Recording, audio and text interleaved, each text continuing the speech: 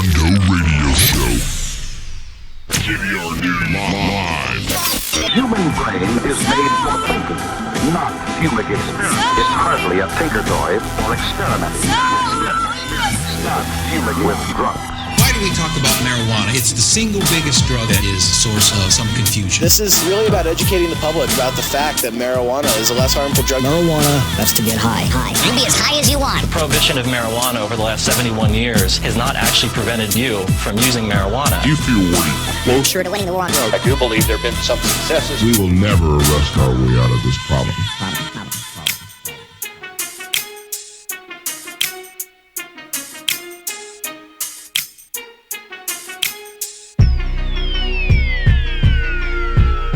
Welcome to the John Doe Radio Show. I'm your host, John Doe, a.k.a. Tim Martin. Thanks for hanging out with us. It's JDR News Live, Monday through Friday. Here at John Doe Radio's YouTube page, live, that's youtube.com/John Doe Radio. That's all you got to do. All of our shows recorded live on YouTube or obviously up on the YouTube page. YouTube.com/John Doe Radio. If you'd like to get the recordings, you need more information, head to our website, johndorad.io, johndorad.io. Coolest website name in the world. Again, thanks for hanging out with us. Thanks to our sponsors for making the JDR happen. Couldn't do it without them. Big shout out to USACannabisConsulting.com. JDR brought to you by, basically, USACannabisConsulting.com. Holler at them if you need a consultant, you need somebody that knows what they're doing, can help you navigate through the cannabis system. They can do it. People that are knowledgeable, people that you can go to, and it's just a one-stop shop for things that you need, whether it be consultant work, navigation through the regulatory process, or if you need a room built out. You need a lab, you need the front of your dispensary built out, boom. They can take care of you. Also, big thanks to yourgraphics.com for designing our awesome website at johndorad.io.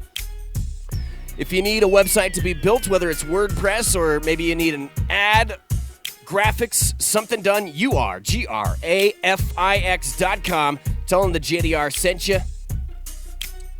Jessica Trim would be fantastically happy if you were to tell her that you heard of us on the JDR. Not Jessica Grimm. That was the October name.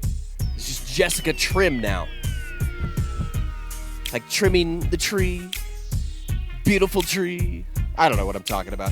This may be an interesting JDR today. I'm running off of literally no sleep. I think I took an hour nap. Crashed from like 4 to 5. Went and actually picked up some fantastic green. Thankfully. Here in Colorado, just some fantastic people. I have some amazingly fantastic friends help take care of me, so shout out to my good buds. Whew. It's been a few days since I've been able to toke, so as soon as I get done with the JDR, which we'll try and hurry it up a little bit here, I'm going to head outside, load up my bowl, and just get dabbed the fark out and smoke the fark out. You hear me? Yeah. You also need to head to weedbiz.net if you get a chance. They're the hosting fantastic du jour that allows us to bring the JDR shows, the recorded JDR shows to you. Weedbiz.net. Also, you heard me talk about their awesome grow pods and Southern type news on weedbiz.net. Holler at them. Today in JDR News, big news actually here in Colorado. Governor Hickenlooper issues an executive order to declare tainted pot a threat to the public, basically saying no ifs, ands, or buts, no questions asked. If it tests positive for an illegal pesticide, it has to be destroyed. We'll get to that story. Also, Denver area drug cops warn Nebraska lawmakers of medical marijuana's slippery slope. Oh my God, the sky is not falling. So we got to make a big deal out of it. No problems, no issues, nothing that we're running into here in Colorado besides being overran with people moving here.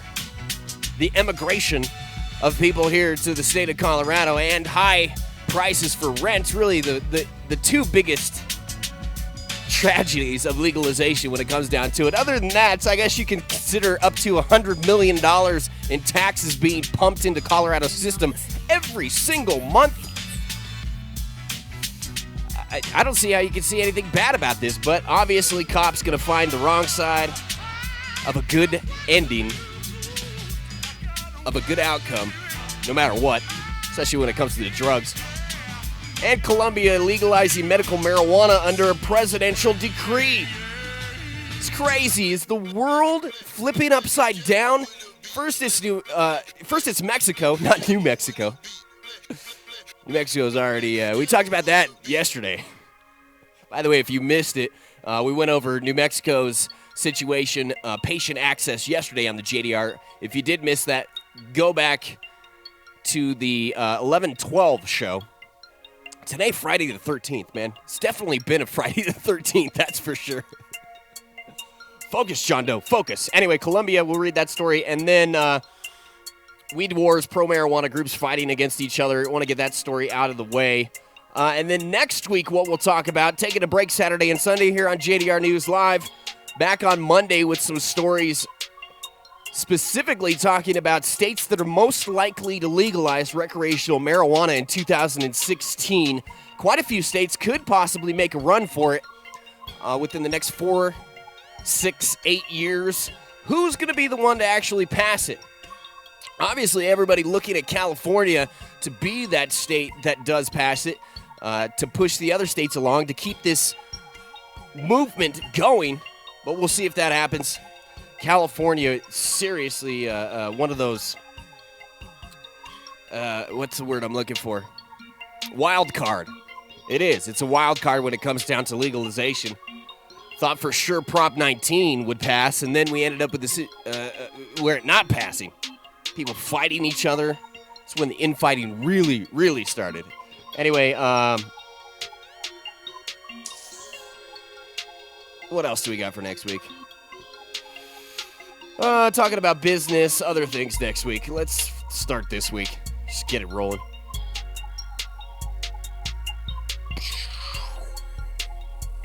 God, I can smell this green over on the left of me. And it's just infiltrating my nostrils with this fantastic smell. It's like, dude, I don't know if you really need to do the show right now. What you really need to do is just smoke some weed. Nah, we can do the show. All right, Governor Hickenlooper on Thursday issued an executive order telling state agencies that any marijuana grown with unapproved pesticides is a threat to public safety and should be removed from commerce and destroyed. The order is Hickenlooper's first word on a months-old controversy over pesticide use. Let's see about levels here. Hold on, let me turn this down a little bit. All right, the order, effective immediately, was the result of a collaboration with officials from several state agencies. Department of Agriculture, Revenue, and Public Health and Environment were among them, and provides much-needed clarity to the use of pesticides and how agencies should treat them. Quote, when a pesticide is applied to a crop in a manner that is inconsistent with the pesticide's label and the crop is contaminated by that pesticide, it constitutes a threat to public safety, the order says. Most of these pesticides that are banned on the actual label say that they're specifically for ornamental use only. Period. End of story. Should not be used for something that is ingested into the human body, only for things, like, I don't know. When I think ornamental use only right now, with the way that my brain's firing off, having no sleep, I think of a Christmas tree.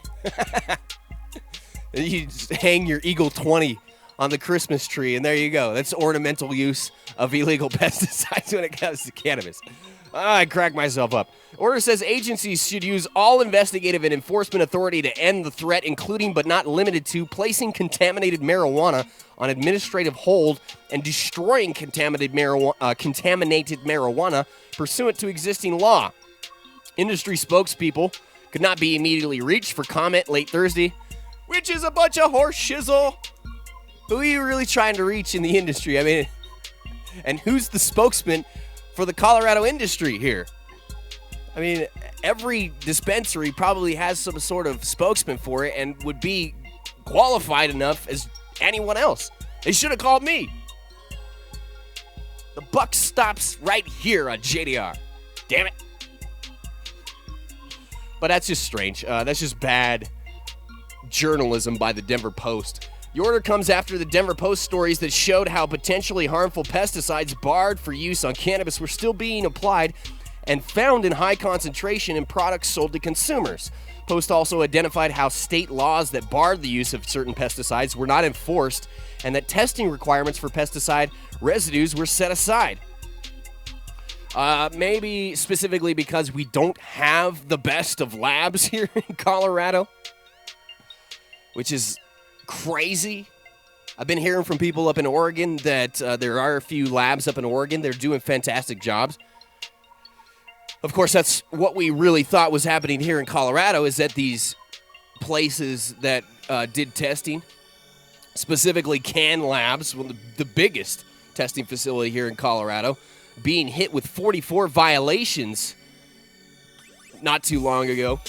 Some of those violations basically, well, most of the violations basically, the state telling Can Labs that your clown shoes lab, that nothing you're doing qualifies you at all for a lab, and in fact, some of the tests that you're saying that you can perform, you can't actually perform.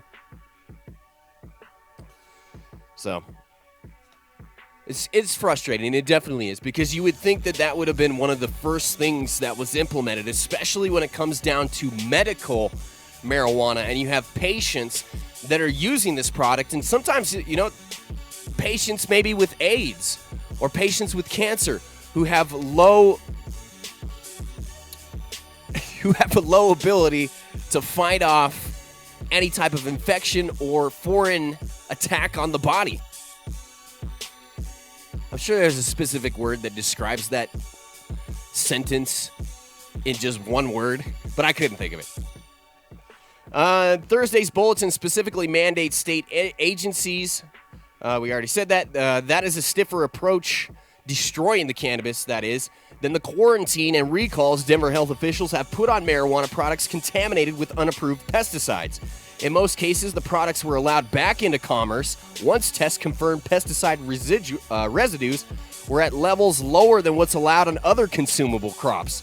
Hickenlooper's order appears to leave no room for trace amounts and calls for the destruction of the affected plants and any derivative products. The company could destroy any affected marijuana voluntarily or face administrative actions by the state to force the destruction, according to a policy statement issued by the chiefs of 3 state agencies involved. There is no pesticide specifically approved for use on marijuana because the chemicals are regulated by the U.S. Environmental Protection Agency, and cannabis is illegal under federal law. So basically, if any of these companies were to put directions for use when it comes down to, say they were to make just specifically a product for Colorado, or were to label specifically some of their products and send them off to Colorado, that would be illegal. They would be violating federal regulations and run the risk of, probably up to and being shut down, having your inventory confiscated, et cetera, et cetera, et cetera. I'll tell you time and time again, I've said it before, that it always amazed me when I worked at a grow store, worked at Grow Your Own here in Denver, popular grow store, small mom and pop shop, love the owners of it. So if you get a chance to shout out to Grow Your Own, check those guys out. They do online orders, they will ship to you, so holler at them.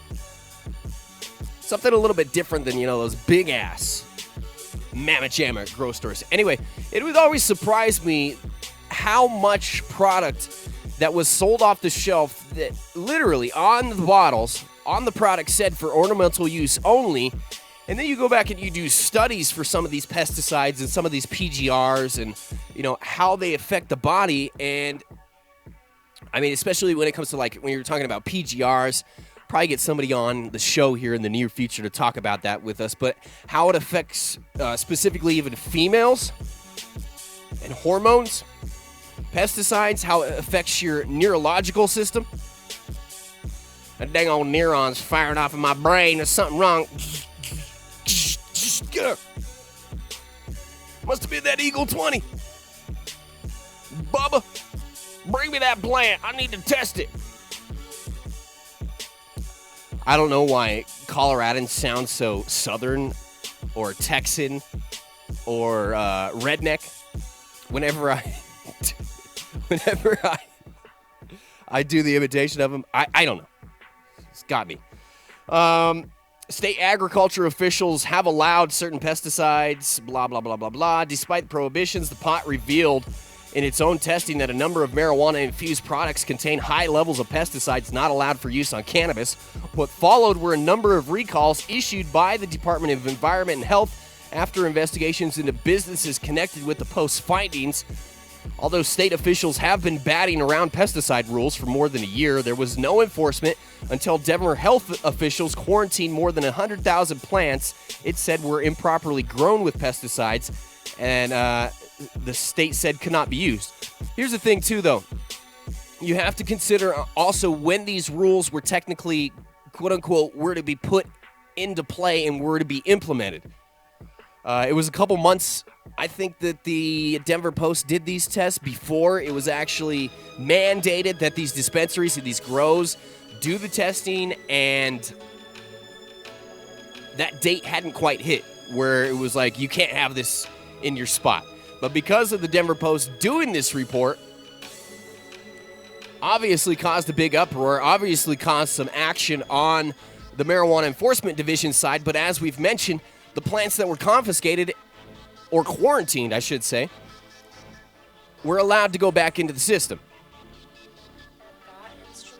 So, yeah, this is kind of like the situation to where we have a DUI law in Colorado that's 0.05 nanograms per milliliter, that if you test positive above that, which I think every single one of us, even at resting levels, hits 0.5 nanograms per milliliter.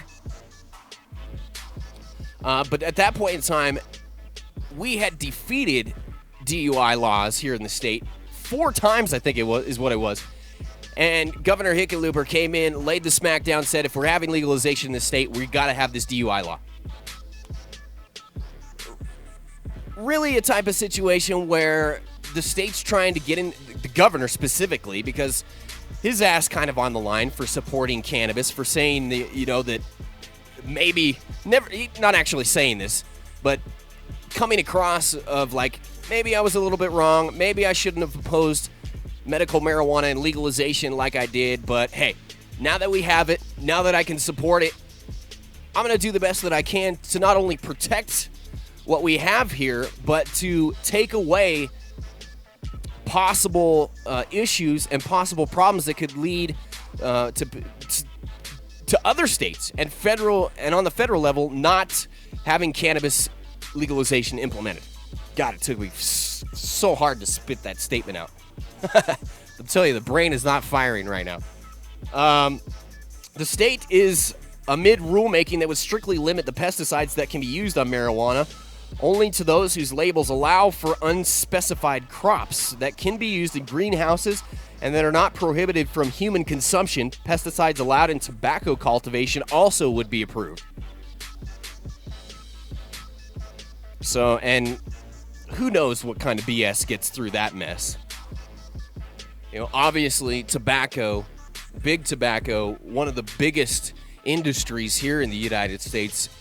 And when you have that type of situation, maybe you have people that are being paid off, products that aren't necessarily, are tested, but what they're telling you is not exactly the truth. Who knows?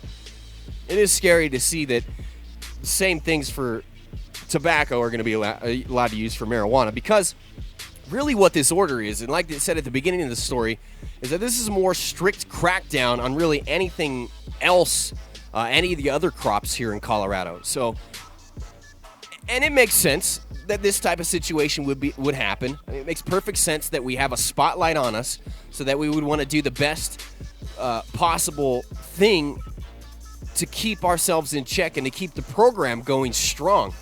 I mean, you have other states like Oregon right now who also is moving forward with testing and moving forward with legalization. And really, if you want to get down to it in the competitive nature of things, we don't want to fall behind any of these other states. We're the leader here in Colorado.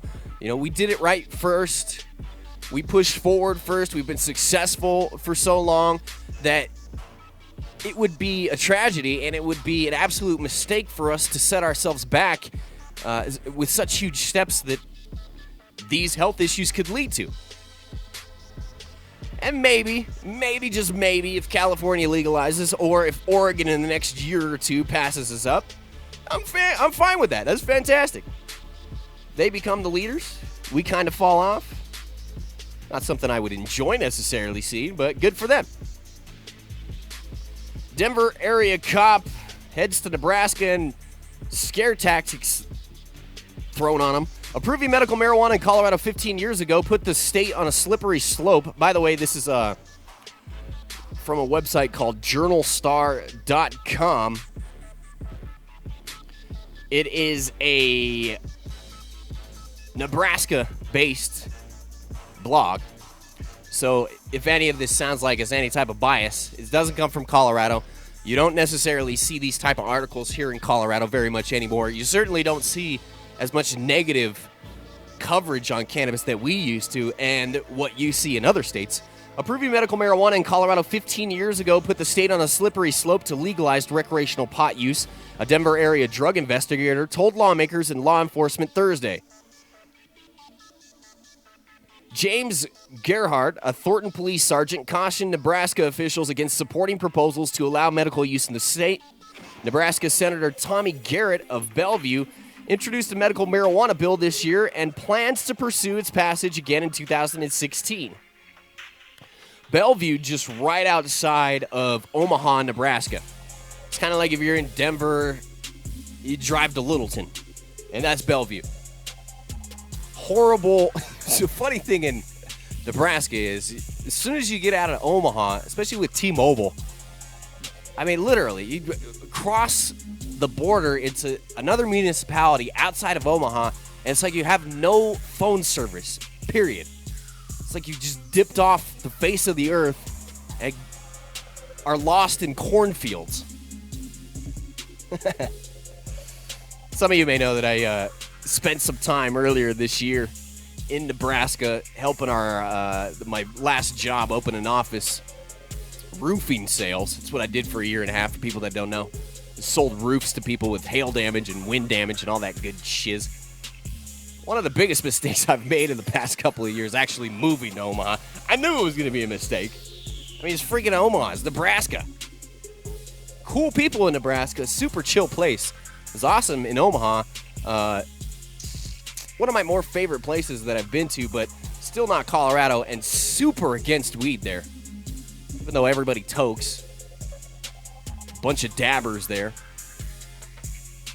But Bellevue, kind of a nice spot right outside of Omaha, in fact, actually. If I were to ever have to be forced to move back to Nebraska, Bellevue, I'd probably look to move there rather than Omaha. I literally lived a block from the Omaha Zoo, which is the world's #1 zoo, and didn't make it over there once. Proving yet again how lame I am. No matter what the limits, getting back to this Nebraska scare tactic story that the Thornton police sergeant's trying to pull, he said no matter what the limits were, something else had to give. Vice President of the Colorado Drug Investigators Association, his job to feed you a bunch of bullshit. Shortly after Nebraska's neighbor approved medical usage in 2000, marijuana advocates wanted more from Colorado. They campaigned on compassion for people with painful conditions and illnesses, but they ultimately created an entitlement, he said. He says he cares about people who are sick and dying, but the best way to help them, Gerhardt said, is to band together and push the federal government for expedited, proper research of cannabis. The 2000 decision paved the way for Coloradans to be able to purchase marijuana for recreational purposes in 2014, and Gerhardt said that Gerhardt said that's had serious consequences for the state.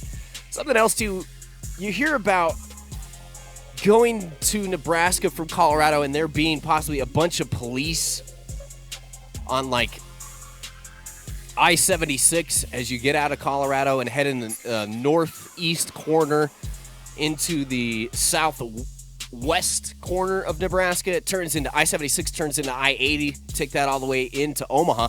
I didn't see one cop Not one freaking cop. I'm serious.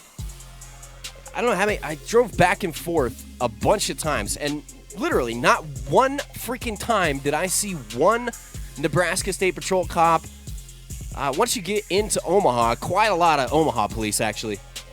A shiz ton of them, to be exact. And then I-80 is kind of weird as you drive through Omaha because it's this huge beltway for drug trafficking because it goes, obviously right straight down through the country, and tons of people busted there.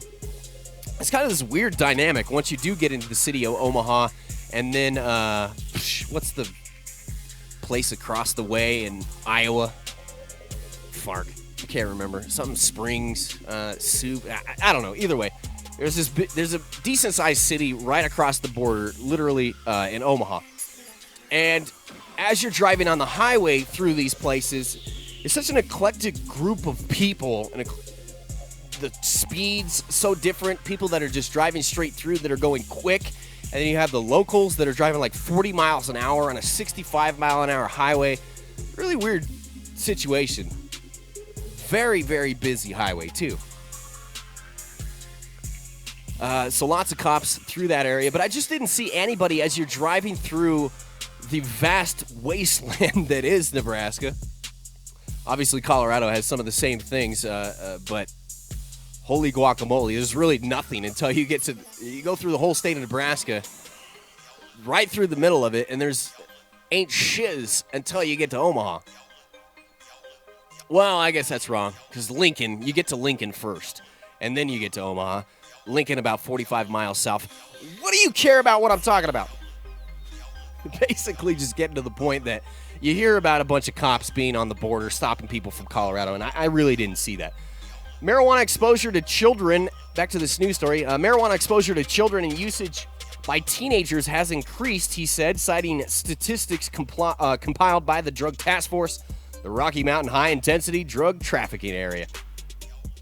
It was literally a bunch of asshats that their whole job is just to pursue the drug war and not say anything positive about any type of legalization or whatever. I mean, it's literally like we've said before. It is their job to go against drugs, period, end of story. So expecting the police or expecting a drug task force to be positive at all with cannabis or to say anything positive, it's just not going to happen. Period, end of story. The fact that this guy has said that the feds need to do something about it and it needs to be studied, I mean, that's amazing in itself. You're not going to hear that from officers in other states, maybe Oregon, Washington, California. Ohio, there was, I think, a sergeant that put a button of yes on 3, and then he was put on administrative leave after that. Probably because you're not supposed to alter the uniform in any way. That's probably the excuse, quote-unquote, that they used. Colorado, which legalized marijuana 4 years after California, MedMJ, I should say, had barely any baseline to compare. He said, and now Colorado is one of 3 states that allows recreational use of marijuana. He says emergency room visits tied to marijuana have increased. Marijuana-related fatalities have increased, accounting for about 20% of traffic deaths in 2014, which we've talked about this news story before and how that is a twisted number, that because marijuana has become something that is in the forefront of everything here, that testing for cannabis has happened more, and it's just been something that's paid attention and calculated more. It's not a simple fact of there's 20% increase in fatalities because of marijuana. That's crazy. That's a huge number. I mean, that's huge, huge, huge. And we would be seeing news stories all the time when it comes down to it. I mean, the news would be, they're not going to pass up a story that involves someone that high on weed and being blamed for a traffic accident. It's just ridiculous. And it's the drug war tactics of these police to spin these numbers and make them fit how they feel they should fit. It's like there's no... What's the damn word I'm looking for? There's literally no thought-out process for them to be able to do this. They just take the numbers and literally use them to their advantage and run with it. And also the emergency room visits. Yes, emergency room visits for cannabis, and people saying they've used cannabis and freaking out possibly because they've had an edible, it's strong. Yes, those things have increased, but what are the people in the emergency room going to do once you get in there and you say that you've used cannabis? It's just like the same situation if you've taken mushrooms or you've taken LSD and you freak out and you're like, I'm going to die, and mistakenly call the police or head to a hospital. Maybe not a mistake for you to head to the hospital. I'd never question someone's ability to be able to go to the hospital if they feel like they're out of control or they feel like they're dying. But really, the only thing they're going to do is stick you in a dark room, pump you full of Xanax, and wait till you come down. What else can they do? It's nothing. Just wait till it wears off. Wait till the bad trip ends.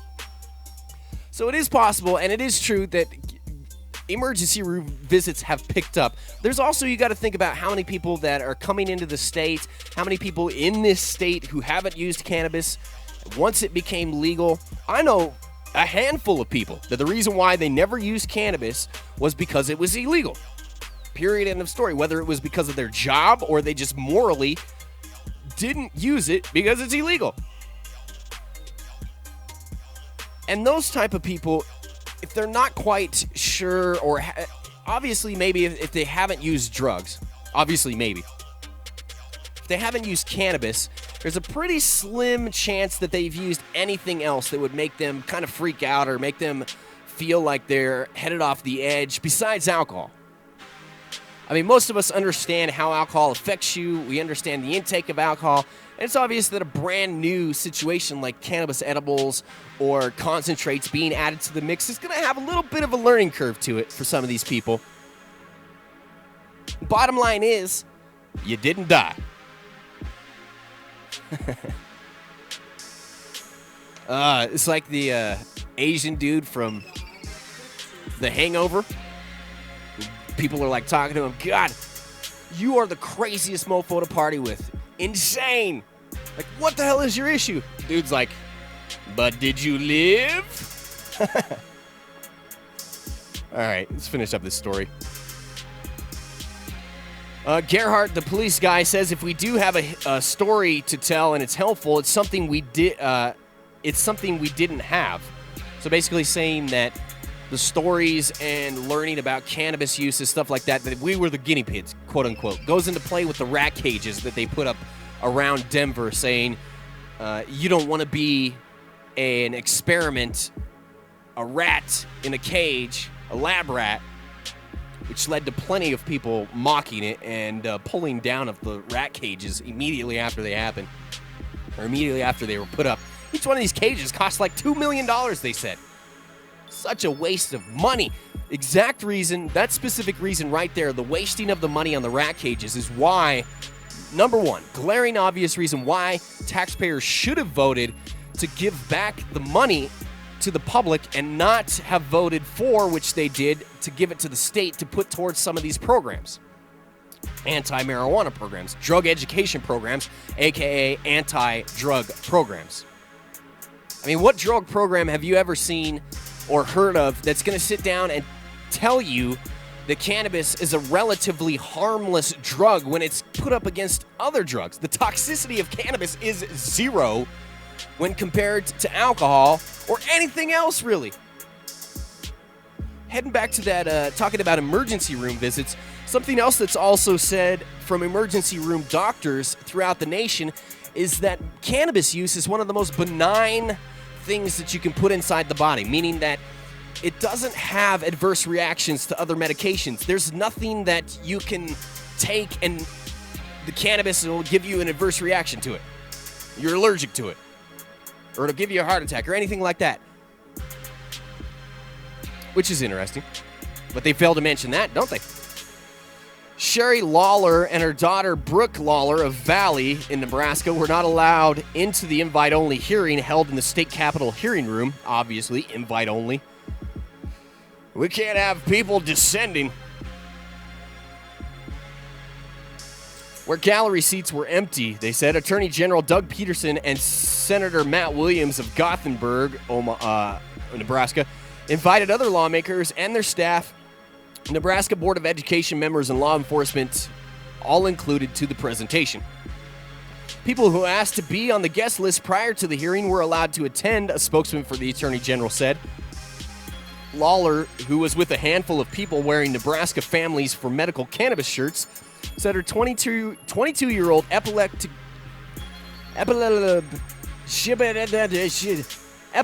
daughter desperately needs treatment. Sherry Lawler said she doesn't support recreational marijuana, but she wants the state to give her daughter an alternative to the dozens of pills she takes every day.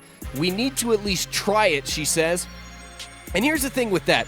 I bet the reason why she's saying she doesn't support medical marijuana, and this is me putting words in her mouth, but this is probably what a lot of these people are saying, they don't support legalization because they're scared. They're scared of what some of these legislators and some of these law enforcement officers have said, that medical marijuana is a joke, and the only thing that you guys are trying to get is legalization in the end. So if you're a parent, and the only thing that you want is relief from your kids, and you're scared that, maybe some other people are using medical marijuana as a front to get to legalization, or maybe they don't even need this weed. If you're thinking that as a scared parent, obviously it's a situation you want to put out there like, no, I'm not for legalization, okay? Or it's just a situation where, and I'm sorry to say this word, they're ignorant. I would hate to call anybody that's for medical marijuana ignorant, but it's true. Period. End of story. Some people are. Several law enforcement officials who watched the sergeant's presentation said they're sympathetic to the plights of those families, but Nebraska needs to proceed cautiously. Lincoln Police Chief Jeff Pashong said he believes the state should proceed with the caution on the issue. Pierce County Sheriff Rick Eberhardt agrees, saying he worries legalizing the drug for medicinal use is a Pandora's box. Don't think you aren't going to just open the door and let it all in. Well, why not? Once again, the sky's not falling here in Colorado. In fact, I wish Nebraska would legalize it.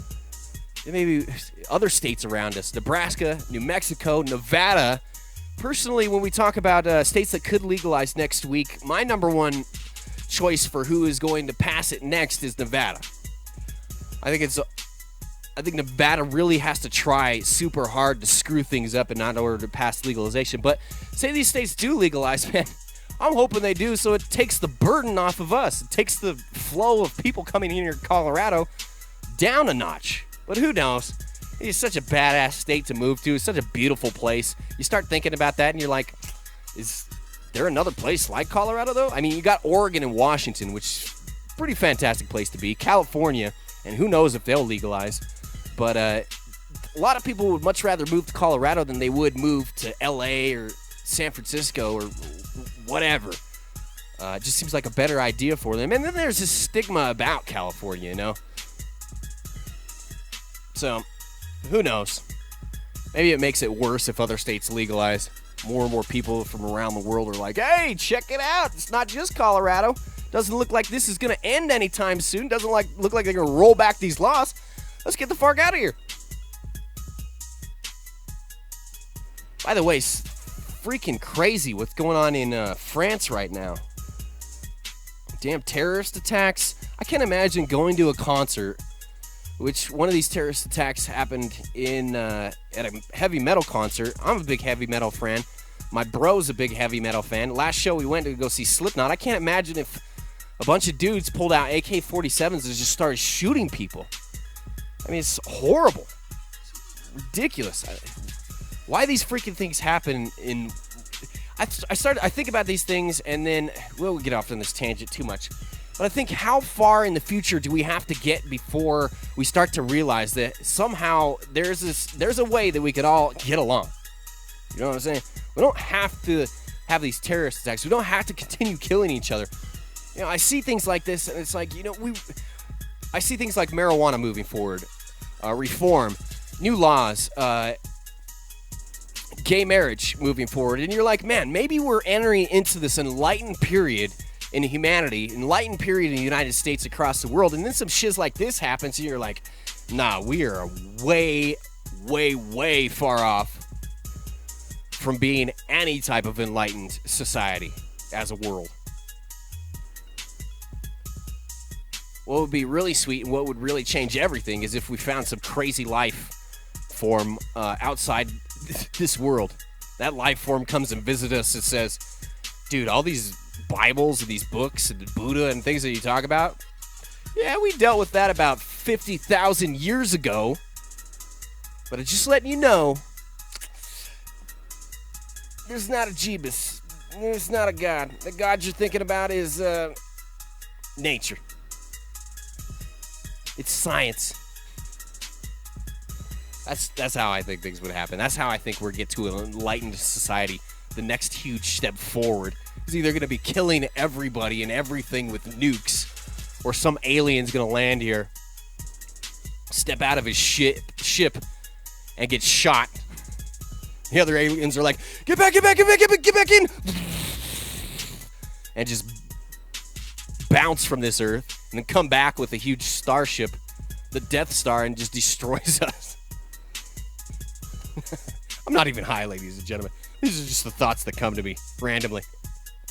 Colombia said Friday it plans to legalize medical marijuana in a further shift in drug policy after suspending aerial fumigation of illicit crops. The government is preparing a decree which would approve a therapeutic use of marijuana, the president's office said in an information sheet, and President Juan Manuel Santos told BBC Mundo the decree would be signed in coming days. Growing, distributing, and selling cannabis will remain illegal. By the way, this is Colombia that we're talking about. Colombia that we're talking about. Last week, the week before, we were talking about Mexico. Countries that you would have thought would have been last in the world. Very last to switch their stance on any type of drug.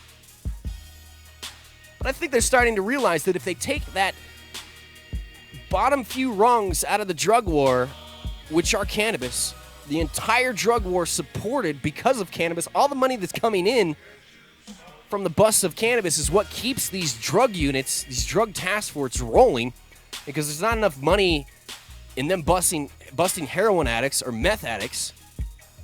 It's literally nothing compared to what they get off of cannabis busts. Current laws in Colombia allow possession of up to 20 grams of marijuana, 20 marijuana plants for personal use.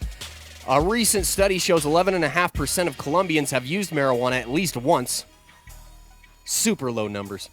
The government said some companies, including foreign ones, are interested in producing and selling cannabis. There are no plans to fully legalize marijuana for recreational consumption or commercial sale. However, unlike in Uruguay, which legalized it in 2013, Colombia, long a hub for narcotics production and trafficking, was once home to large marijuana cultivations. Much of the crop was smuggled to the United States before drug cartels began producing more profitable cocaine. Cocaine! Austria, Belgium, Canada, and the Czech Republic, Finland, Israel, and some U.S. states already allow medical cannabis use. Studies show marijuana can help treat pain, nausea, and other relief for sufferers of epilepsy and other conditions. Reuters, with the shout out for that, the Reuters European non-United States newswire, I guess I should say. How far are we into the show? Oh, good. 43 minutes. We got good time. Let's see here.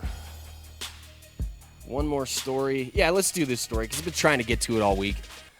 Weed wars. Pro-marijuana groups are now fighting against each other. This has been something that's happening for a long, long, long time. It's not just a brand new situation. It's going on right now. Amid the haze of pot smoke that floated above Boston Commons as college-age kids casually passed around blunts, Stephen Epstein took the stage and grabbed the microphone. We knew this day would come when our freedom rally would be the initiative petition kickoff, Epstein bellowed to the pot enthusiasts gathered at September's annual marijuana festival in Boston. By the way, thanks to Boston.com for this story. Most of the stoned crowd paid him little attention. They probably didn't realize that Epstein, who is the leading charge for marijuana legalization in Massachusetts, is in the political fight of his life. In Massachusetts and across the U.S., pro-pot groups who have long fought together to legalize medical marijuana and decriminalize the drug are locked in a standoff. Legalization for so long, a question of if, has quickly morphed into a question of how. As it sweeps across the nation, the battle is turned inward as advocates argue over what marijuana policy ought to look like. Massachusetts legalized medical marijuana in 2012. Prior to that, in 2008, voters decriminalized possession of small amounts of pot. Now advocates are pushing to legalize recreational use of the drug. Two competing pro-legalization campaigns are collecting signatures to get their respective questions on next year's ballot. They each need 64,750 vote signatures by the end of December to advance to the next stage. That means voters could face competing marijuana legalization questions at the polls next year, and some pot activists fear picking sides could split the vote and not result in any legalization at all. Just happened in other states. For instance, Ohio. There are lots of different reasons for reforming marijuana laws and repealing prohibition, and those reasons don't always gel nicely, said Vanderbilt University law professor Robert Mikos. They're not allies in terms of what replaces prohibition. Epstein's group, Bay State Repeal, is pushing for is pushing for a form of legalization with decentralized regulation and minimal taxes. For years, the group's backers have led the local effort for marijuana reform. His political foes are Buttoned Up, campaign to regulate marijuana like alcohol. The Buttoned Up Group, a group advocating for the creation of a new state commission to provide close government oversight to a new tax on pot sales. Holy cow, I'm fading quickly here. About to pass out, fall over right on flat on my face. Gets all quiet. You hear this thump. What the fuck? What happened to JDR? This dude is sleeping. His political foes are, like I said, are the Buttoned Up campaign to regulate marijuana like alcohol, a group advocating for the creation of new state commissions to provide close government oversight and a new tax on pot sales. They are backed by the National Marijuana Policy Project, which brought the nation's first legalized recreational pot sales to Colorado. That is not true. They were not the organization that brought legalization here. In fact, I don't really think MPP had a whole hell of a lot to do with what we did here. It was more safer that had a lot to do with it here in Colorado. Mason Tavert, who in my opinion, we've talked about the bike being nominated for MVP for the 2015 Cannabis Business Awards. There's also a Lifetime Achievement Award in that. Mason wasn't nominated under that one. He was, I think, nominated as Activist of the Year or something like that. But we need to give that man a Lifetime Achievement Award. Period. End of story. The things that Mason Tavert has done here in Colorado and done for the rest of the United States, the rest of the world when it comes to reform and legalization, it's surpassed anybody. Years and years and years of work with NORML and other groups. Mason Tavert by far has pulled together more groups and has been more effective for legalizing cannabis than anybody I can think of. And I'd invite you to find somebody. You'd be hard-pressed to find somebody who has done a better job or has done more for legalization. Marijuana infighting also played a role in Maine, where two pro-pot groups had a similar argument over regulatory rules before reaching an accord this fall. The conflict was even more stark in Ohio this year, where some pot advocates successfully campaigned against a ballot question that would have legalized the drug. They opposed the measure because it would have granted a list of 10 growing licenses across the state, creating what they called a marijuana monopoly. Oligopoly monopoly is a JDR-ism. Let's move to the bottom of this story because it's just a bunch of talk about infighting. There's two questions, like we said, in Massachusetts that could make it to the ballot. Whether both questions make it is a big if, though. Bay State Repeal lacks national political networks and fundraising ability, making it more dubious that it will be able to collect needed signatures, but Bay State repeal got a much-needed boost earlier this year when statewide marijuana advocacy group MassCan, co-founded by Epstein in the early 90s, endorsed his group's question over the CRMLAs, which is the other group trying to do the liquor board thing. MassCan's members have helped to bolster Bay State repeal by volunteering to collect signatures and spreading the campaign's message. For activists who have spent decades fighting for the end of marijuana prohibition, wouldn't be so bad to have two options to pick from. So hopefully Boston can move forward with that. It'd be nice to see the East Coast move a little bit more quickly than they are with legalization. I mean, we see medical marijuana making its way slowly, in places like, and restricted in places like New Jersey, New York. We read a story the other day of Cuomo putting in emergency rules so people can access cannabis earlier. So we are moving forward. It's slow but steady. But we'll get her done. It's all right. All right, I think that's going to do it for today. We'll be back on Monday. If you do get a chance, please tell your friends about JDR. We can't do it without you. Hopefully going to put an advertising campaign up on Facebook to talk, to promote a little bit more about the show. Let more people hear us. Even on my worst days, though. Even on my worst days. This is probably the thing I'm most confident about, besides growing weed, in my entire life, is doing John Doe Radio. Which I think we do it better than a lot of people do actual real radio.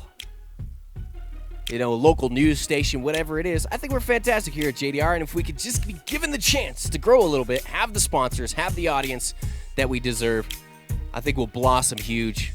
Not only for me and what I would like to see with it, but what we could possibly do for the entire community when it comes down to it. The things that we could do to move forward and unite maybe some of these other podcasts and news agencies. What would be really, really, really sweet is that if someday we develop this situation to where the Associated Press, other news agencies were looking to us and a group and a network of podcasters, cannabis advocates, news writers, and that's where they get their news from.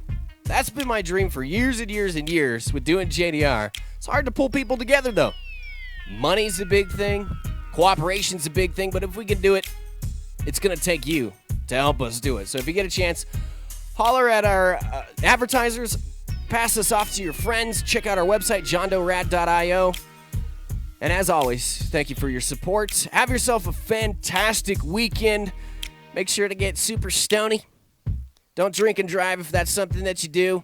It's supposed to be like 2 feet of snow here Monday through Wednesday in Denver, so I may be snowed in those few days. Maybe I'll stream the video games live. Just do 24-hour JDR. Until we meet again on Monday, y'all kick ass. I'm Tim Martin. See ya.